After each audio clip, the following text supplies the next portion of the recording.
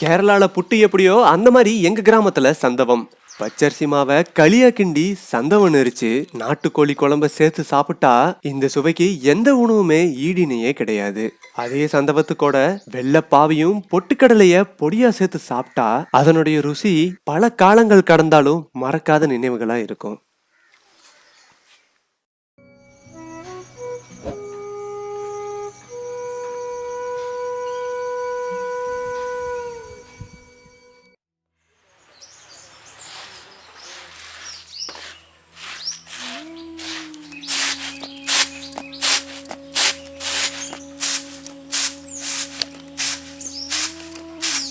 பச்சரிசியை ஊற வச்சு காய வச்சு மாவா அரைச்சிக்கலாம்.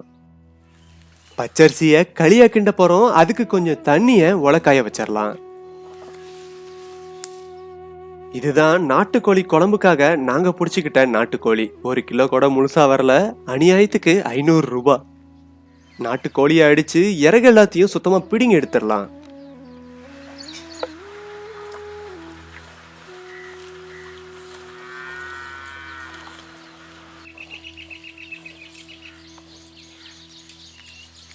சின்ன சின்ன முடி எல்லாத்தையும் நெருப்புல காட்டி பொசுக்கி சுத்தம் பண்ணிக்கலாம்.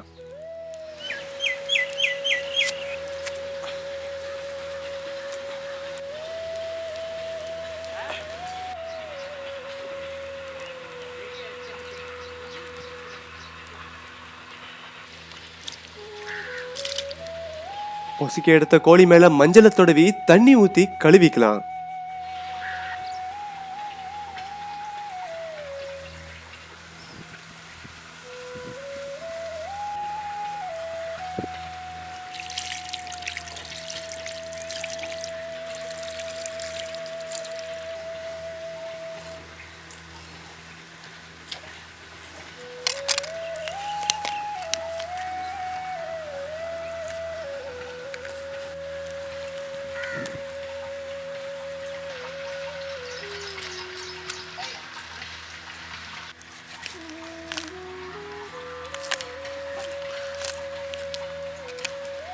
சமைக்கிறதுக்கு ஏத்த அளவுக்கு சின்ன சின்ன துண்டா நறுக்கிக்கலாம்.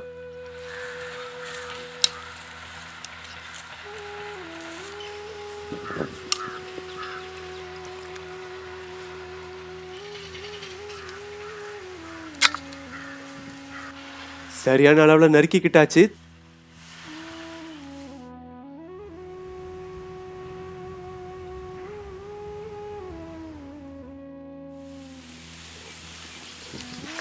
கொதிச்ச தண்ணிய கொஞ்சம் தனியா எடுத்து வச்சிடலாம். சந்தவத்துக்காக 3 பிடி பச்சரிசி மாவை சுடுதண்ணில சேர்த்துக்கலாம். நம்ம களிக்கின்ற பாத்திரம் ஆடாம இருக்கிறதுக்காக இந்த மாதிரி கோலை பயன்படுத்துவோம்.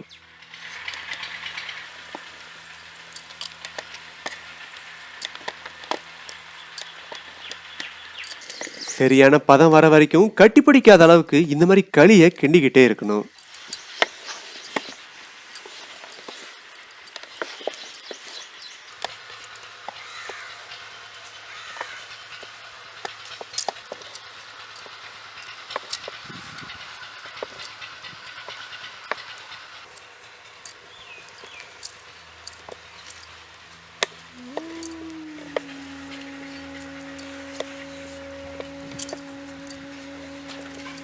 பதத்துக்காக நாங்க எடுத்து வச்சிருந்த சுடுதண்ணியை கொஞ்சம் சேர்த்துக்கிட்டோம்.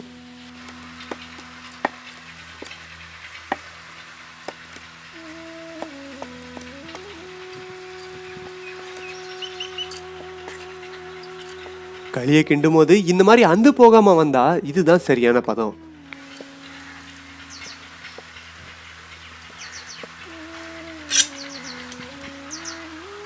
இப்ப களியை இறக்கிடலாம்.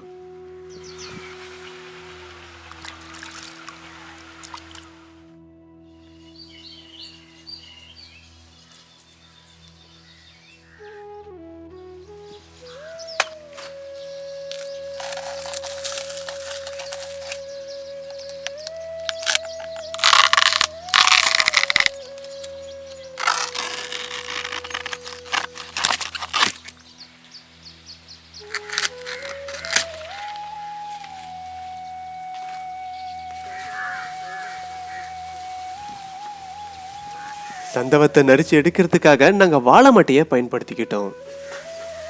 சந்தவம் ஒன்னோட ஒண்ணு ஒட்டாம இருக்கிறதுக்காக ஈர துணி மேல போடணும். அதுக்காக ஒரு துணியை தண்ணியில் நினைச்சு விரிச்சுக்கிட்டோம்.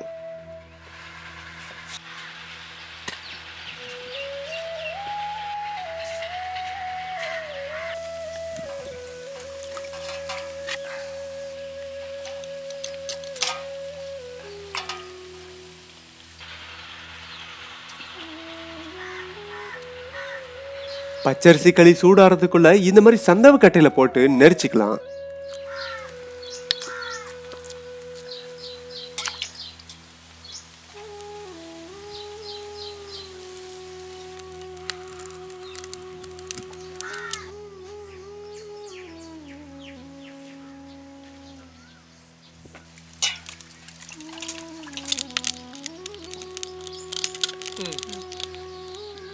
நெரிச்சு எடுத்த சந்தவத்தை வெள்ளை துணி மேல கொட்டி ஆற வச்சிடலாம்.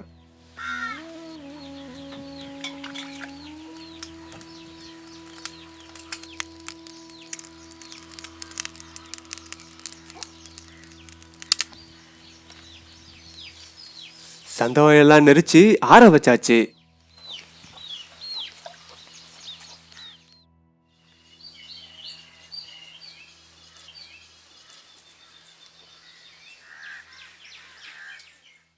இப்ப நாட்டுக்கோழி குழம்ப சமைக்கலாம். தேவையான மசாலாக்களை இப்ப பாத்திரலாம்.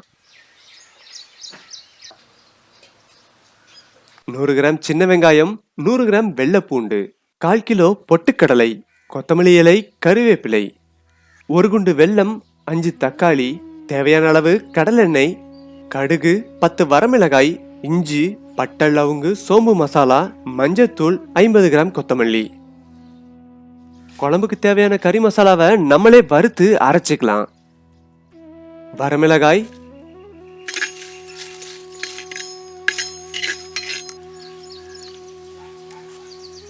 கொத்தமல்லி ரெண்டையும் சேர்த்து நல்லா வறுத்துக்கலாம்.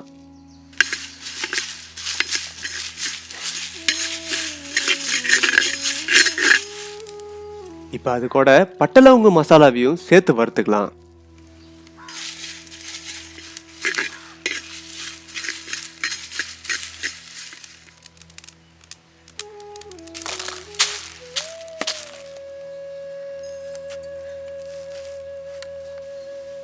வறுத்தெடுத்த மசாலாவை ஆற வச்சு அரைக்க ஆரம்பிச்சிடலாம்.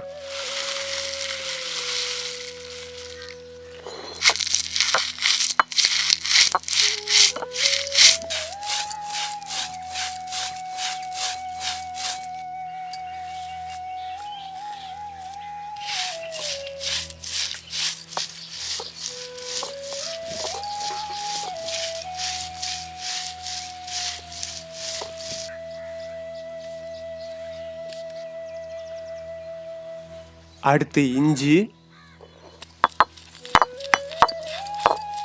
பூண்டு,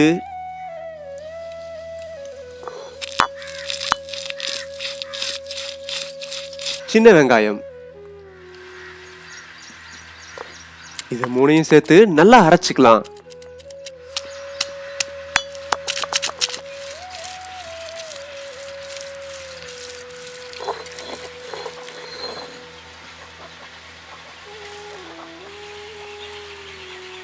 இப்ப ஒரு முடி தேங்காய நல்லா அரைச்சிக்கலாம்.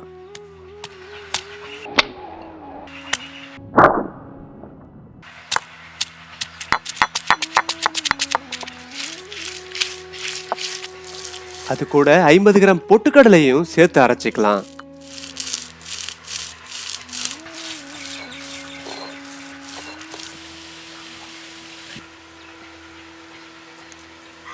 நம்ம எடுத்துக்கிட்ட தக்காளியையும் அம்மியில வச்சு அரைச்சிக்கலாம்.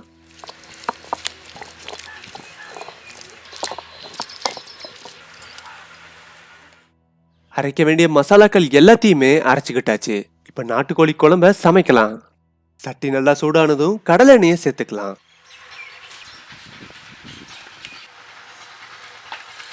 கடுகு சேர்த்து கடுகு பொரிஞ்சதும் அரைச்சு வச்சிருந்த இஞ்சி பூண்டு வெங்காயத்தை சேர்த்துக்கலாம். இப்ப கூடவே கொஞ்சம் கருவேப்பிலையை சேர்த்துக்கலாம்.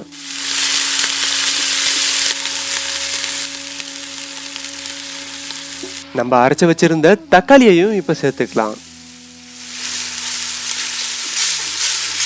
தக்காளி நல்லா வணங்கினதும் நம்ம துண்டு துண்டா நறுக்கி வச்சிருந்த கோழிக்கறியை இப்ப சேர்த்துக்கலாம்.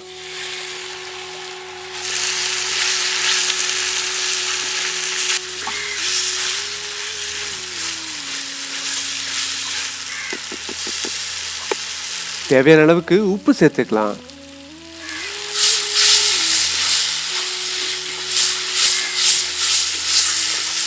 மஞ்சத்தூளையும் தேவையான அளவு சேர்த்துக்கலாம்.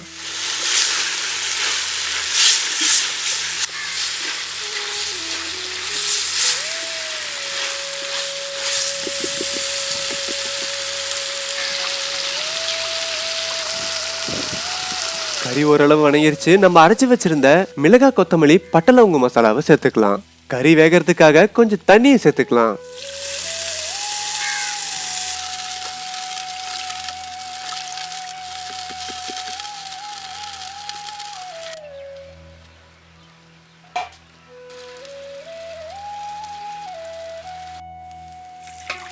கறி நல்லா வேகணும். தட்டத்தை வச்சு இறுக்கமா மூடிடலாம்.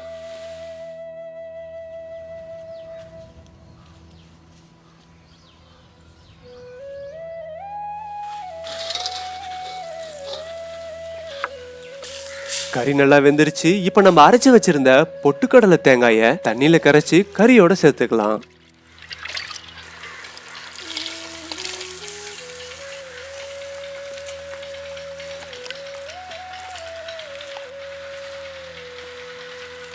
இப்ப குழம்பு கொதிச்சதும் கொத்தமல்லி இலையை சேர்த்து குழம்பு இறக்கிடலாம்.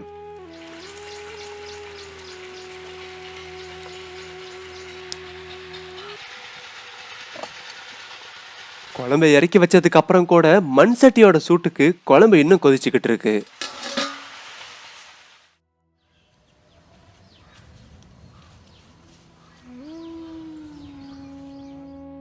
இப்ப வெல்லம் பாவுக்காக நம்ம எடுத்துக்கிட்ட வெல்லத்தை தூள் பண்ணி எடுத்துக்கலாம்.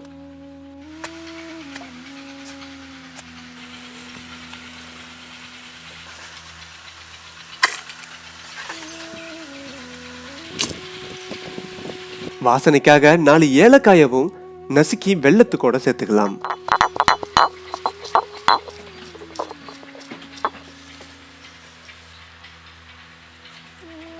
பாவுக்காக 1 குண்டு வெல்லத்துக்கு 1 சொம்பு தண்ணியை சேர்த்துக்கலாம்.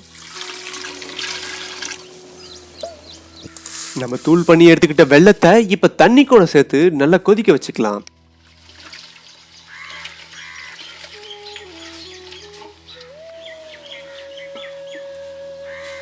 இதுக்கு கம்பி பதம் எதுவும் தேவையில்லை. அதனால கொதிச்சதும் இறக்கிடலாம்.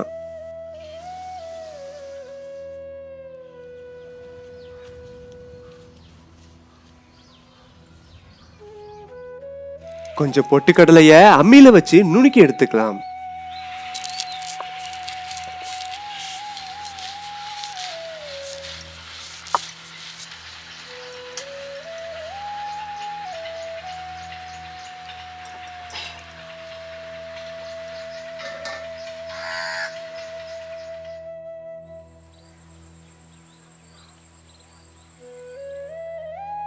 சந்தவம் இப்ப சாப்பிடறதுக்கு தயாராயிடுச்சு.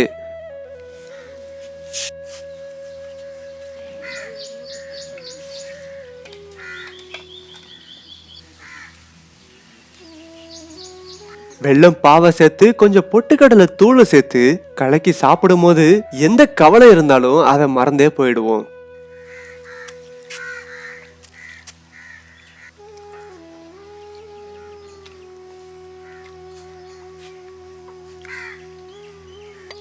அதே சந்தவத்துக்கூட நாட்டுக்கோழிக்கறி குழம்ப சேர்த்து சாப்பிட்டா அவ்வளவு அருமையா இருக்கும்.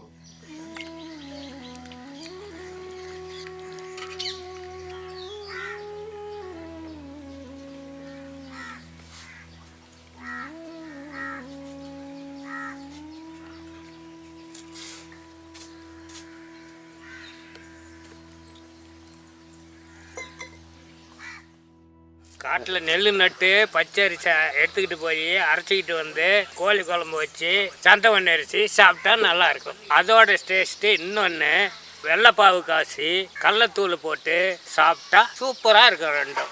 ஒரு டைம் செஞ்சு சாப்பிட்டு பாருங்கள், உங்களுக்கு மறுபடியும் மறுபடியும் செய்ய தோணும்.